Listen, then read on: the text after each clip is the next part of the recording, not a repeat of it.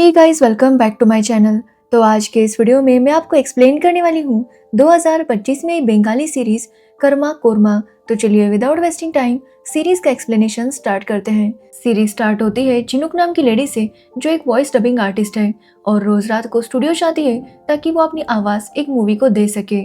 अब आज रात भी जिनुक जब काम करके वापस घर आती है तो उसका हस्बैंड आराम से शराब पीकर सो रहा था।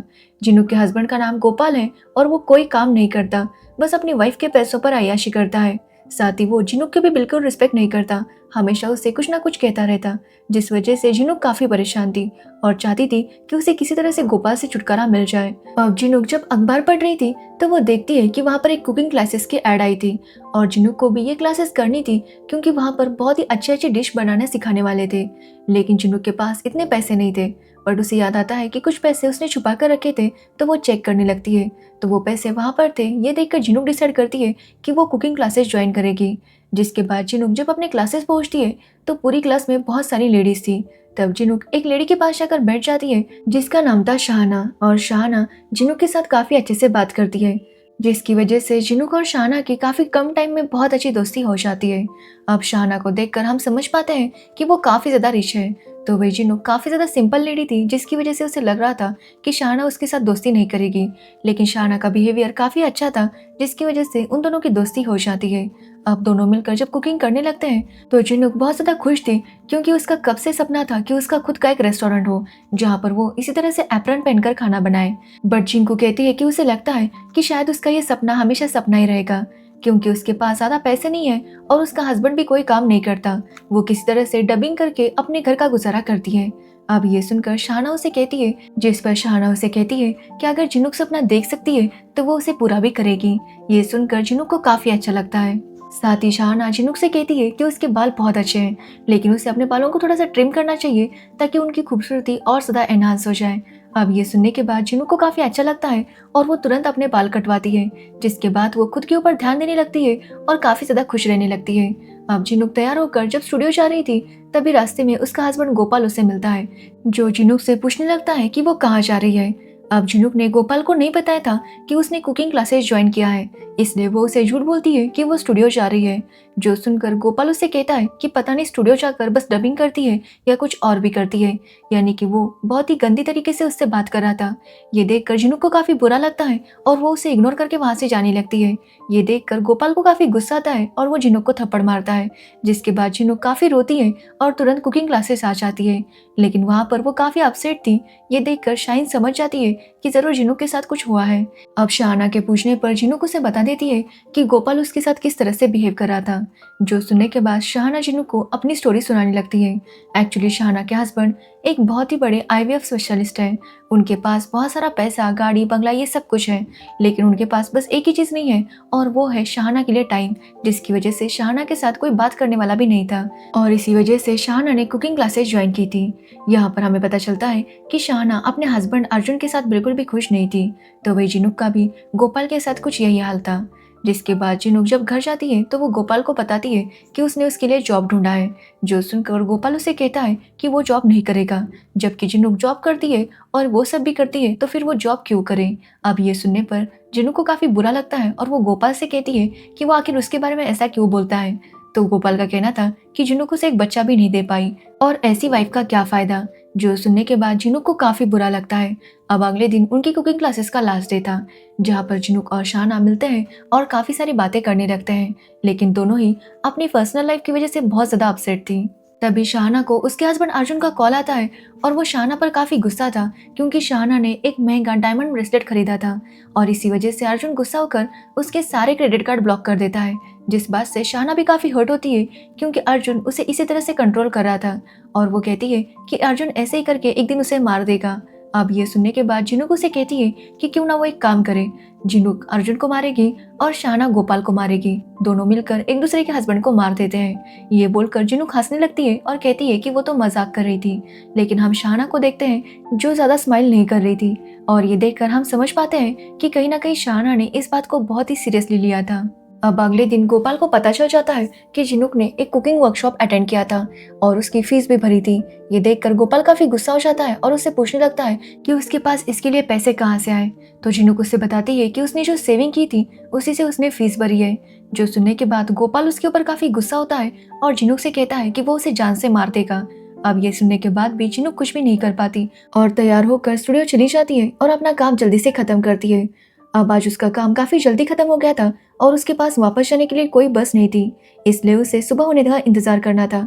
तो रोनी उससे कॉफी के लिए पूछता है, लेकिन झिनुक उसे मना कर देती है क्योंकि उसे डर था कि गोपाल इसके ऊपर भी शक करेगा। जिसके बाद सुबह होते ही झिनुक वहां से निकल जाती है और बस लेकर अपने घर आती है। तो उसके घर के पास काफी सारी भीड़ इकट्ठा हुई थी। ये देखकर झिनुक समझ नहीं पाती कि आखिर हुआ क्या है, लेकिन आगे जाने पर उसे पता चलता है कि गोपाल की बालकनी से गिरकर मौत हो गई थी और इसी वजह से वहां पर पुलिस वाले भी आए थे। अब ये देखकर झिनुक को बिल्कुल भी बुरा नहीं लगता क्योंकि वो तो चाहती थी कि उसे गोपाल से छुटकारा मिल जाए। अब इस केस को इंस्पेक्टर भूपेन हैंडल कर रहे थे, जो कि झिनुक से पूछते हैं कि उसे क्या लगता है कि गोपाल की मौत कैसे हुई होगी। तो झिनुक का यही कहना था कि शायद ये कोई एक्सीडेंट हो सकता है। तो वही भूपेन भी यही कहता है कि उसे भी यही लगता है। ये बोलकर वो वहां से चला जाता है। जिसके बाद झिनुक घर आती है और वो बहुत ज्यादा खुश थी।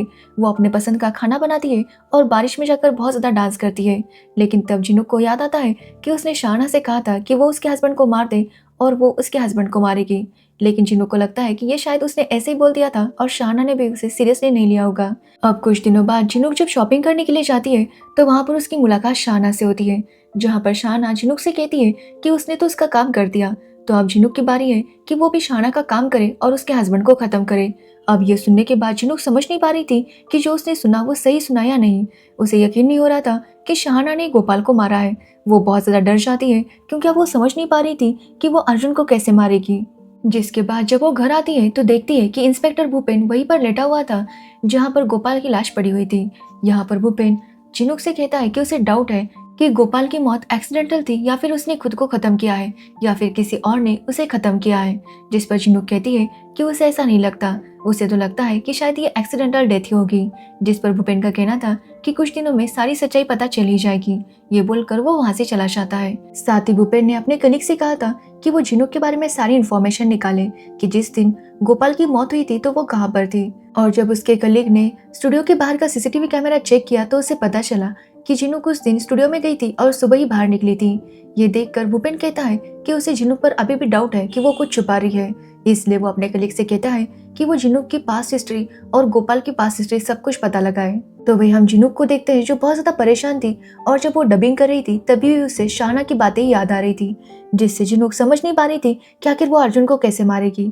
और इसी बीच वो अर्जुन अर्जुन कह के चिल्लाने लगती है, जो देखकर रोनी काफी हैरान था क्योंकि पहले कभी झिनुक ने इस तरह से बिहेव नहीं किया था। इसलिए वो झिनुक से बात करने की कोशिश करता है, लेकिन झिनुक वहां से घर आती है। अब वो काफी परेशान थी इसलिए सो जाती है कि तभी अगले दिन उसके घर पर कोई आता है।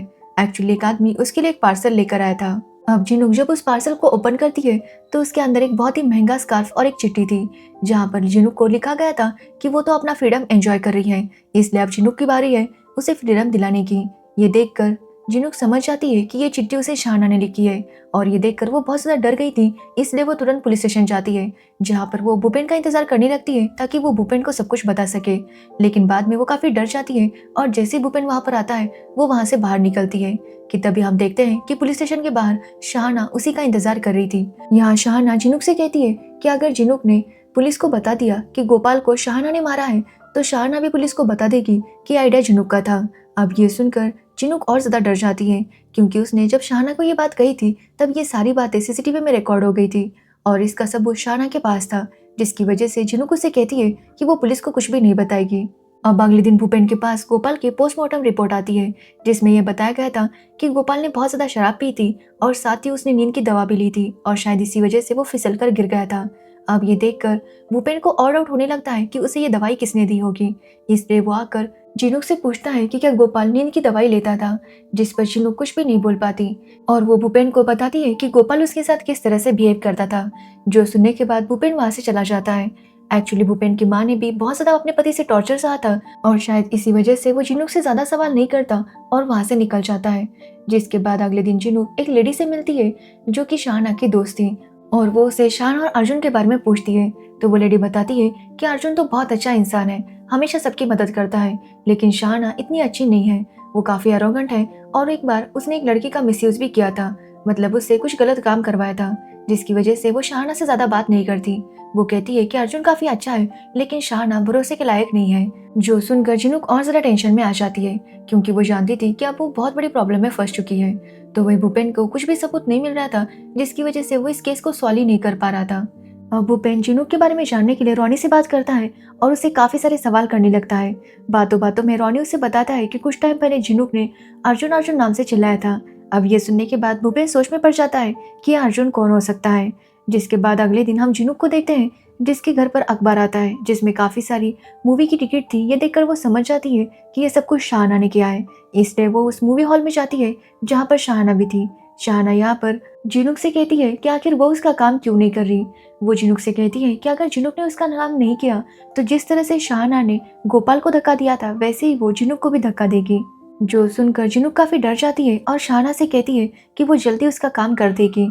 जिसके बाद वो अर्जुन के बारे में रिसर्च करने लगती है, लेकिन उसके मोबाइल में डाटा नहीं था, जिसकी वजह से जब वो स्टूडियो आती है तो रोनी के लैपटॉप पर वो अर्जुन के बारे में रिसर्च करती है, लेकिन वो अपनी हिस्ट्री डिलीट नहीं करती, जिसकी वजह से रोनी को पता चल जाता है कि जिनुक वहाँ पर अर्जुन के बारे में रिसर्च कर रही थी और ये बात उसे काफी अजीब लगती है। इसलिए रोनी ये बात कॉल करके भूपेन को बताता है, क्योंकि उसे लगता है कि जुनुक किसी मुसीबत में होगी तो भूपेन उसकी मदद करेगा। जिसके बाद अगले दिन हम जुनुक को देखते हैं जो एक बिल्डिंग की तरफ जा रही थी और भूपेन और उसका कलीग भी उसे फॉलो कर रहे थे। एक्चुअली शाहना ने जिनुक को अर्जुन का सारा स्केड्यूल बता दिया था और इसी वजह से उसे फॉलो करते हुए जिनुक वहां पर आ गई थी। वो देखती है कि अर्जुन 5th फ्लोर पर गया था, इसलिए वो भी वॉचमैन से बहाना बनाती है कि वो यहाँ पर काम के लिए आई है। ये बोलकर वो ऊपर जाती है तो देखती है कि अर्जुन वहाँ पर एक लड़की के साथ रोमांस कर रहा था। ये देखकर वो समझ जाती है कि अर्जुन का बाकी लड़कियों के साथ अफेयर है।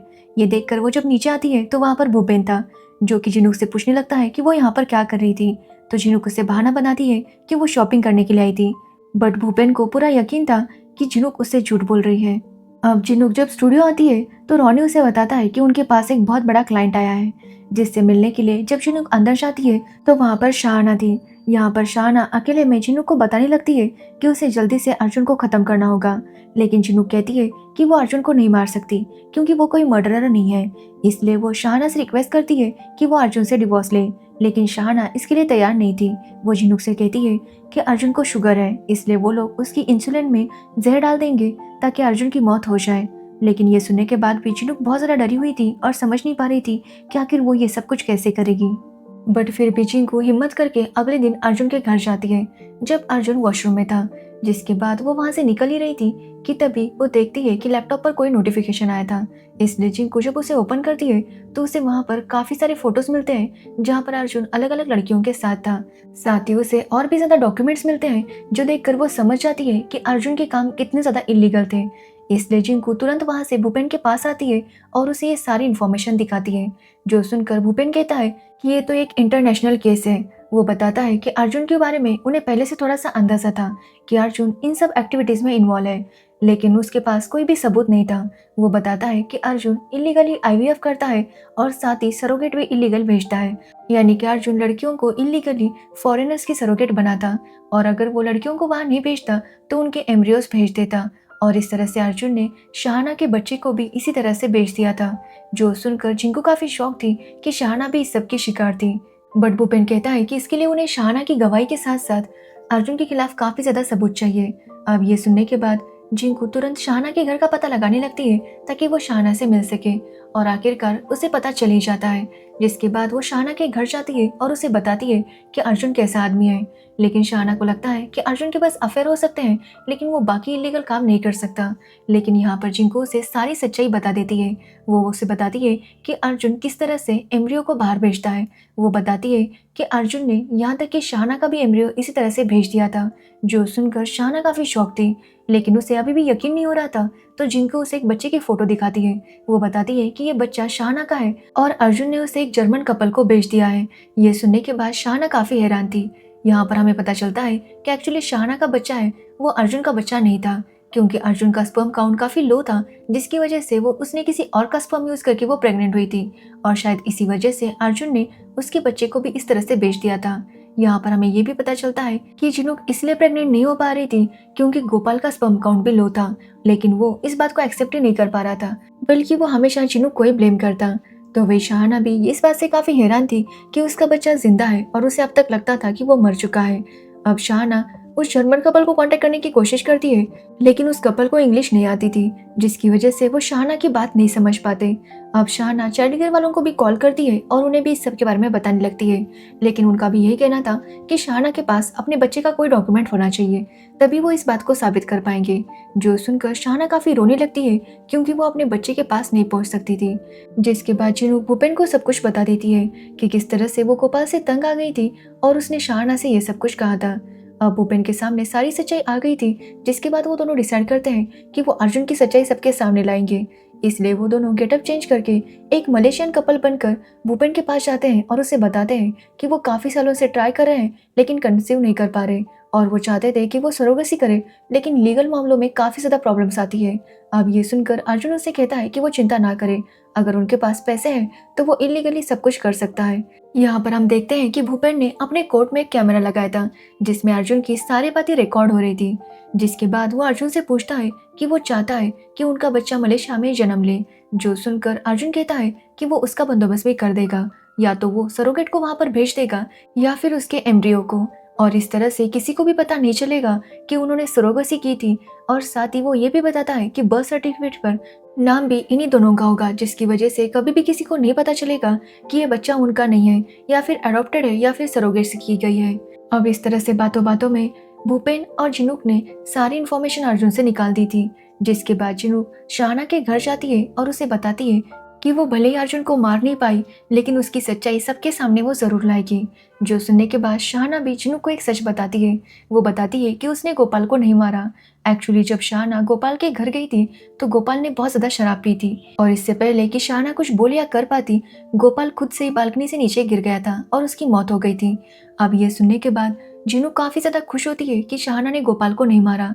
वो गोपाल की मौत पर पहले तो काफी टेंशन में थी, लेकिन अब वो काफी खुश होती है क्योंकि फाइनली उसे गोपाल से छुटकारा मिल गया था।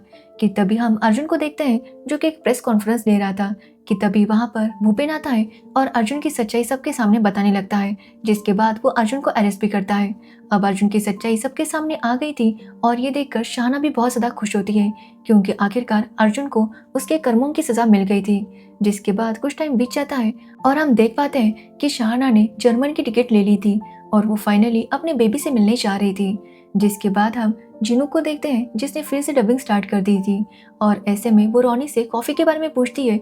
यानी कि जिनुक भी अब अपनी लाइफ में मूव ऑन करने के लिए तैयार थी, और इसी के साथ ये सीरीज एंड हो जाती है। तो ये थी कोरमा कर्मा सीरीज की स्टोरी। अगर आपको इस सीरीज की स्टोरी और मेरा एक्सप्लेनेशन अच्छा लगा हो तो वीडियो को लाइक कमेंट शेयर जरूर करना, और मेरे चैनल को सब्सक्राइब करना बिल्कुल मत भूलना। Thanks for watching video.